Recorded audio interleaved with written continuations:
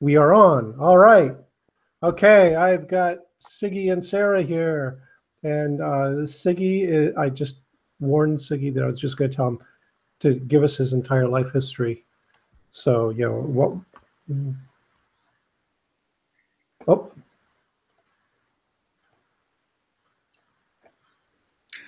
Do I start now?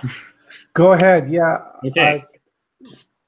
Right. So I'm Siggy, and I blog at A Trivial Knot, and some of the stuff I blog about is related to my identity. So I identify as gray asexual, and I'm an asexuality activist, and I'm also a physicist. I'm a physics grad student, and actually, though, one of these identity terms is just a phase because I'm about to graduate soon, and then I will no longer be a physicist. So. No, you'll be a full-time physicist then, right? You'll stop being a physics student. No. Oh. No, I'm gonna leave physics, very likely. Oh. What are you going to do? I'm not really sure. I'm probably gonna do data science, which is a popular field for physicists to move into. Yes, so university put you off physics? Huh? I was just saying, so university put you off physics? Yeah, maybe a little. I mean, sort of off of research in general.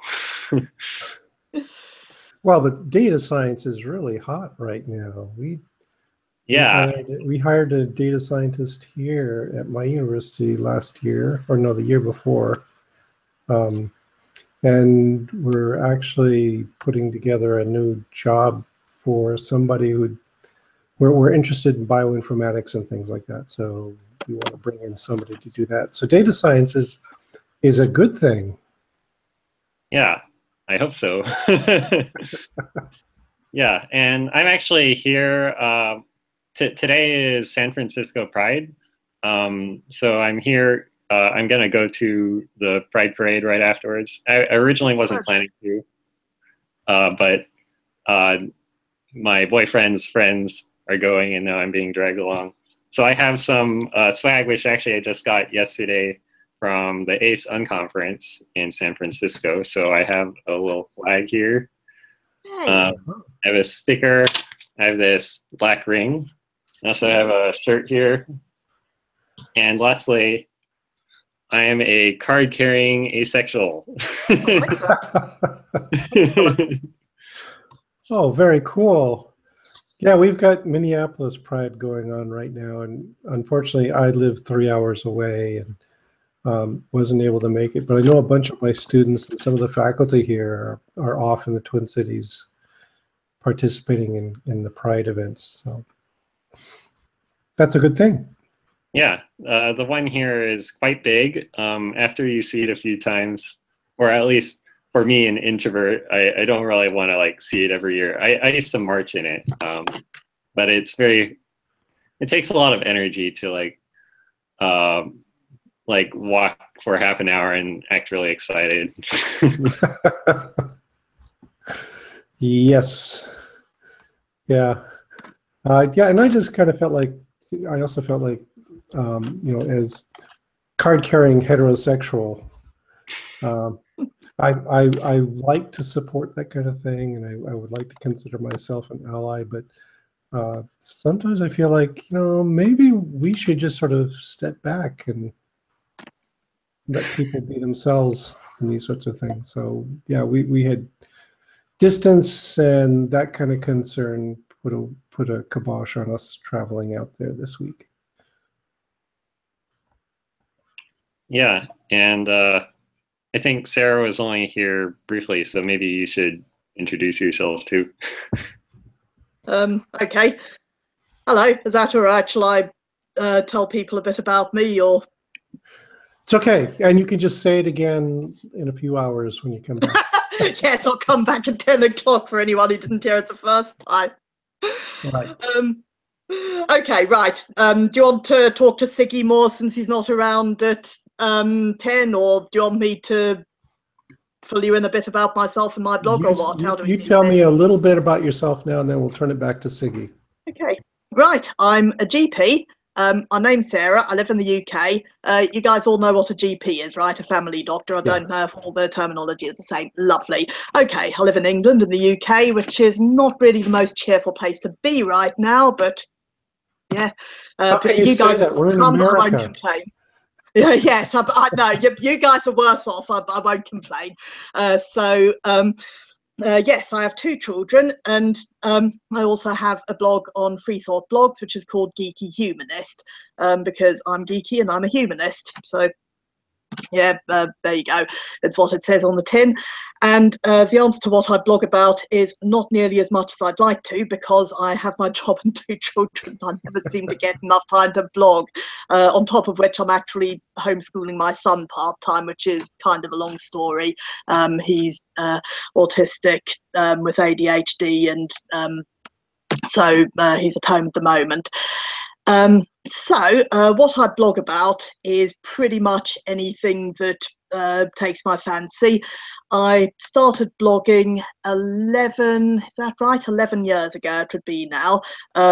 And last year I applied to Free Thought Blogs, and to my delight and surprise was accepted on there, and I started blogging on there on March the 14th, otherwise known as Pi Day, which I thought was rather cool.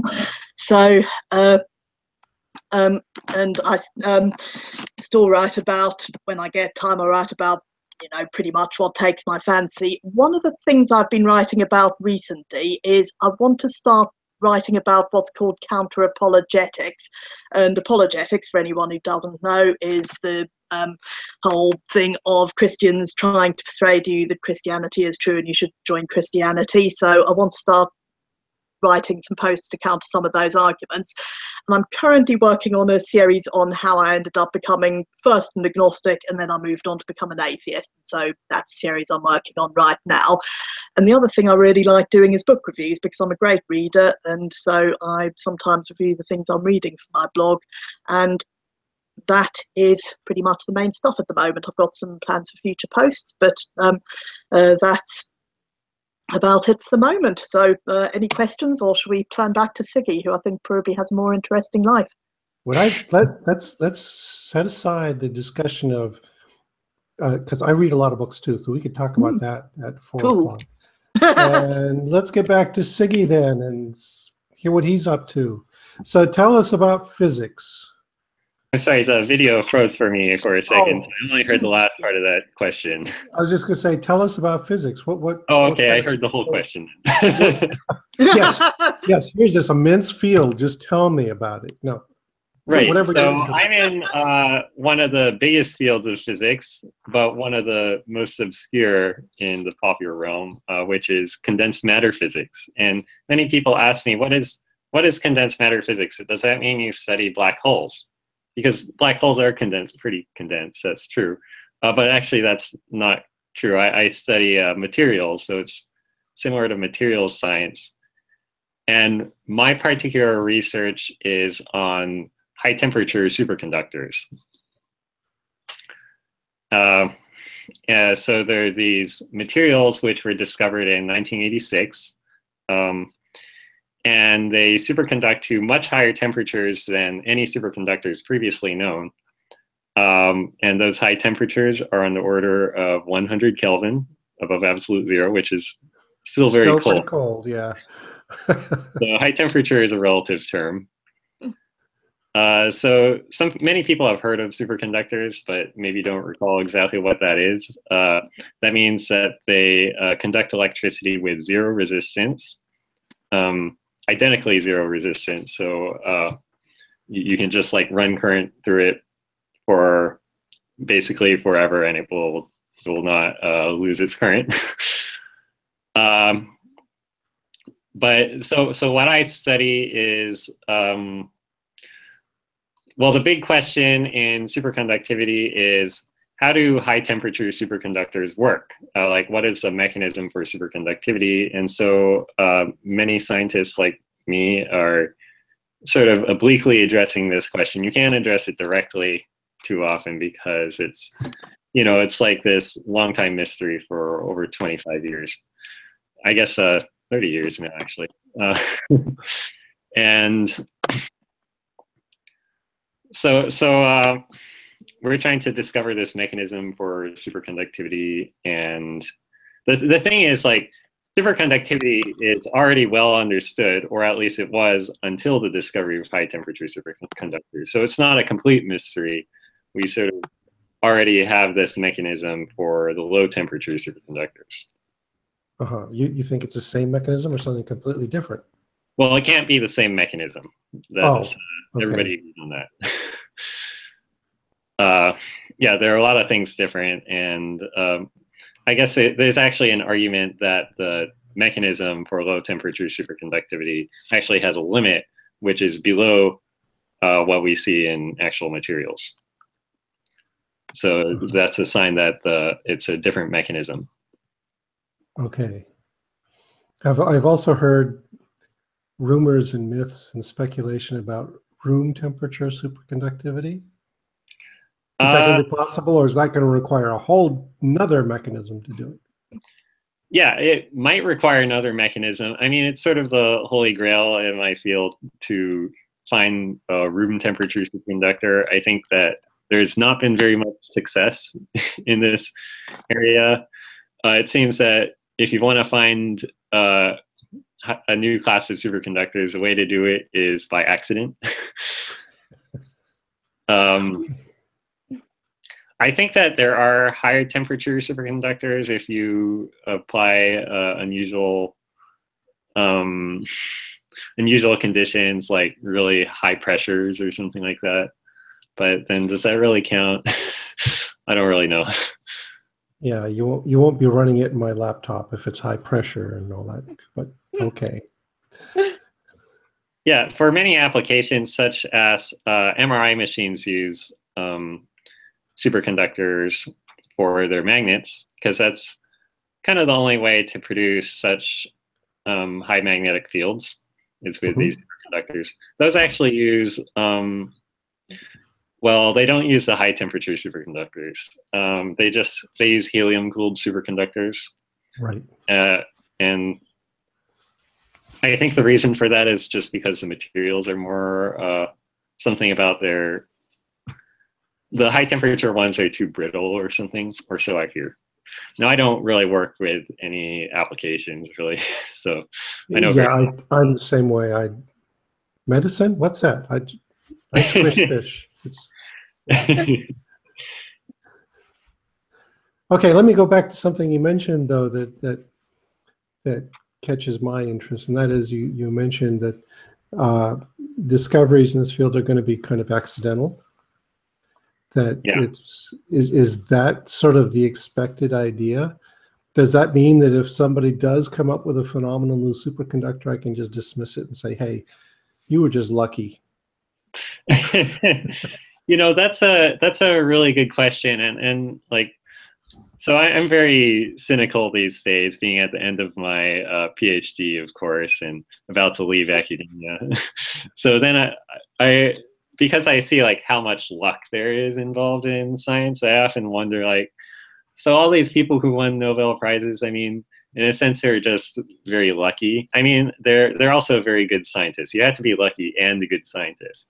But, and a good politician, I'm sorry to say. You've got to have the politics down too. Yeah, that's very true too. So to me, it's like, I understand why they're held in such high regard, but it's like, personally, I don't know if I really feel that way about the Nobel laureates. Yeah, you know, I've talked to a number of Nobel laureates, and usually they impress. There's a few exceptions, but usually they impress me as pretty smart people. But you know, it's like they're not any smarter than any other of the big names that you can find in the science disciplines. There's a certain degree of intelligence you need to get far up in the academic world, and once you've got that, then yes, I agree. It's 100% luck whether you hit that magic thing. Well, once you get high up, it's not just intelligence too. It is, as he said, a lot of politics and just writing ability, maybe wisdom. Yeah, and my experience with some of those big labs is you got to be really good at managing people. It takes managerial skills because they've all got gigantic labs with hordes of people. And every once in a while, I talk to some friend who's in a lab, and there's, he just casually mentions, oh, there's 10 postdocs and 15 graduate students, and I'm just wondering how do you even cope with that? That's not my thing. I have a small lab with just me and a few hundred fish, and occasionally an undergraduate student comes through. That's Indeed, eh? yeah. That's about as much as my brain can handle. Yeah, my group's somewhere in the middle, having about 10 people. But that's enough to keep my advisor very busy. She's very hard to contact. Yeah. After the fact, I acquired a lot of sympathy for my previous advisors who were in those situations where I come from some smaller labs too, but even that, once you got a couple of people there and you got personality clashes and you've got these responsibilities where you have to write grants to keep their salary coming. No, that's not for me. I like what I'm doing. Yeah, actually, that's part of why I don't really want to go into academia, is because I see that that's what being a professor is like. But I guess that's not as much true for you having a small lab, huh? Yeah, and it's a teaching university, so my primary responsibilities are teaching, and research is something you do on the side. So you don't have those kinds of difficulties there. So that's another possibility for you to think about.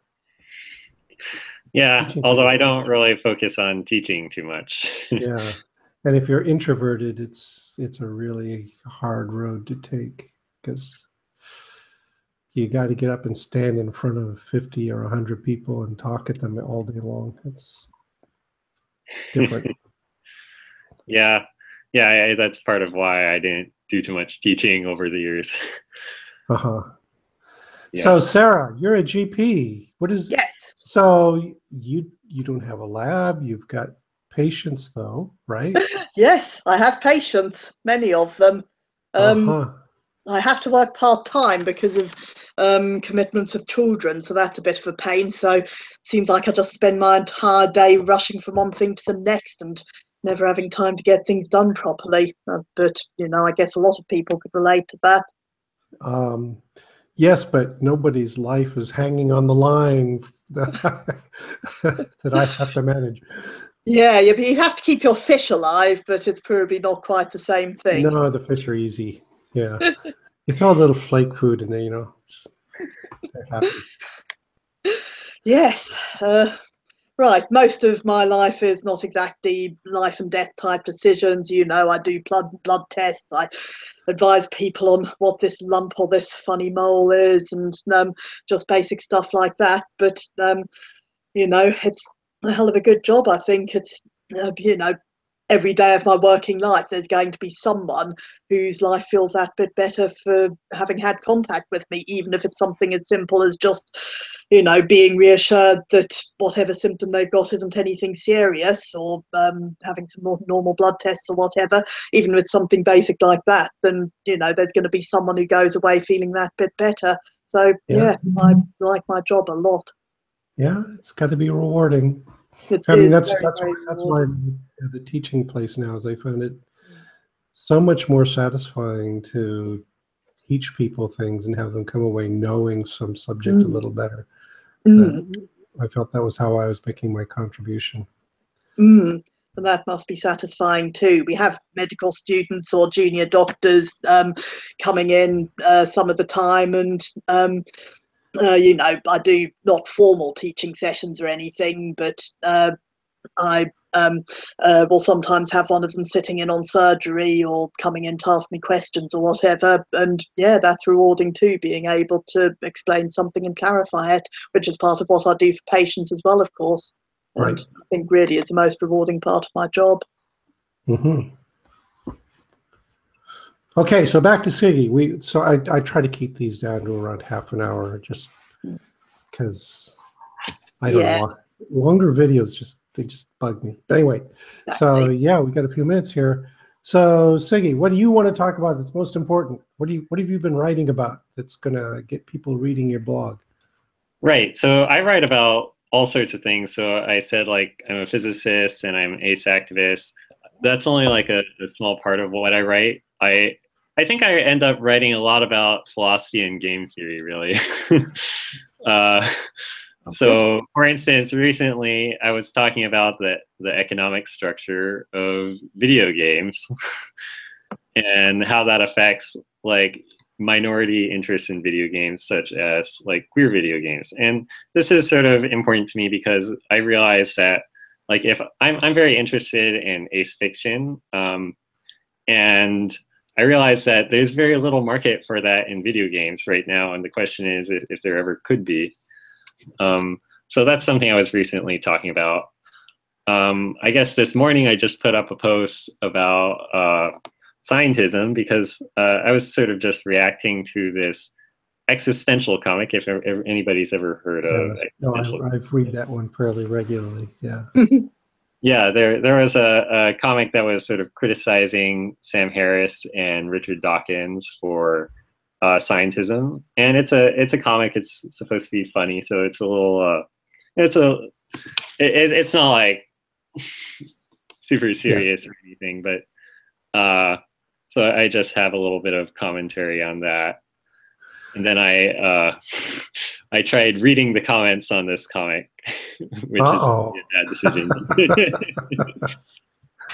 Yeah, scientism is one of those things I wrestle with because, you know, personally, I kind of value the scientific worldview. I think it's a pretty good way to approach things, but then I constantly run into these people who just reject everything else.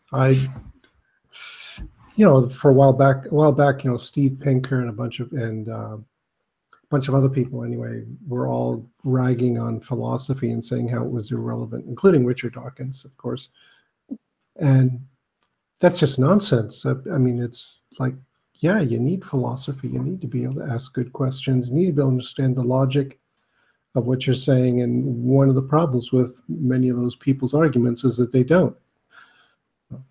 Yeah, I think my relationship with philosophy was that I realized, well, I've been blogging for almost 10 years actually, and I realized some part of the way through that a lot of the stuff I was writing about was already philosophy. And you know, it's better to talk about philosophy in a way that you actually know what philosophers are saying, so you have like that. You can at least like you can at least see what philosophers are saying and have a more well-informed opinion. And also it helps that my boyfriend, he studied philosophy in college. So yeah, that helps. Yeah, I got into it because no, I start off as purely the hard science guy, just doing biology. That's all my focus. But I'm doing developmental biology, and what you find is that there's a whole bunch of really interesting philosophy of embryology that's out there. So I first got hooked up on Susan Oyama's stuff, developmental systems theory, and realized that, hey, this person is looking at my discipline with a completely different set of eyes and coming up with some really interesting ideas. And that was appealing to me. And then Elizabeth Lloyd, another philosopher, she wrote a book about the female orgasm. And I read that thing and I just realized that was the sharpest, clearest discussion of how you analyze an evolutionary trait that I've ever read. It was beautifully done. And I still give that to it's kind of weird giving students a book about female orgasm, but I still give it because it's such a good example of how to think like an evolutionary biologist. Yeah, and I guess one last thing I should mention, because I think we're wrapping up soon, right? Yeah, yeah. I didn't really talk so much about ACE stuff, but that is something I write a lot about, and I actually run a group blog that's very well known in ace circles called the asexual agenda. And so like some of my philosophy ends up bleeding over into that too, because one thing we love to argue in asexuality is all about language and words, because we basically had to, as a community, create our own language. So there's like a ton of philosophy in that. And one thing I became very interested in recently was like Wittgenstein's beetle in the box idea, which is all about you know, how we communicate our private experiences. Because if I have an experience that's completely different from anything you experience, how do we talk to each other about that? How do we know what it is we're really communicating? So that's something I'm also very interested in. Yeah, and I'm interested because I'm not asexual. I'm a happily married man with a long-term sexual relationship and all that kind of good stuff. Very happy with that.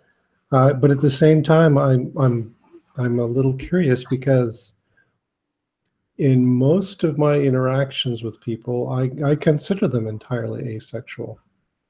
You know, I would find it very weird to have sexual ideas about students or colleagues. So how is that different? Well, how is that different from being ace? Well, there are all sorts of experiences of being ace, so it's a little hard to just compare these two experiences when they're really more than two. Right. I mean, that's certainly similar to my experience, that I basically am not attracted to anyone, and I would sort of include my boyfriend in there. Kind of like, it's very hard for me to say though, because what do people mean by attraction? That's like never very clear, and people don't really think about it too much. And the people who think about it the most are the people who don't experience it, which is a little bit of a problem there. Yeah.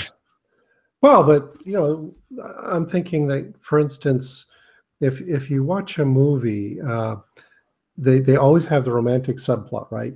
And it's always a man and a woman, and well, at least in popular movies. But at the same time, there's always the two buddies, right? The sidekick and all that. And yet we don't associate sexual feelings with that relationship unless you're writing slash fiction or something fun like that.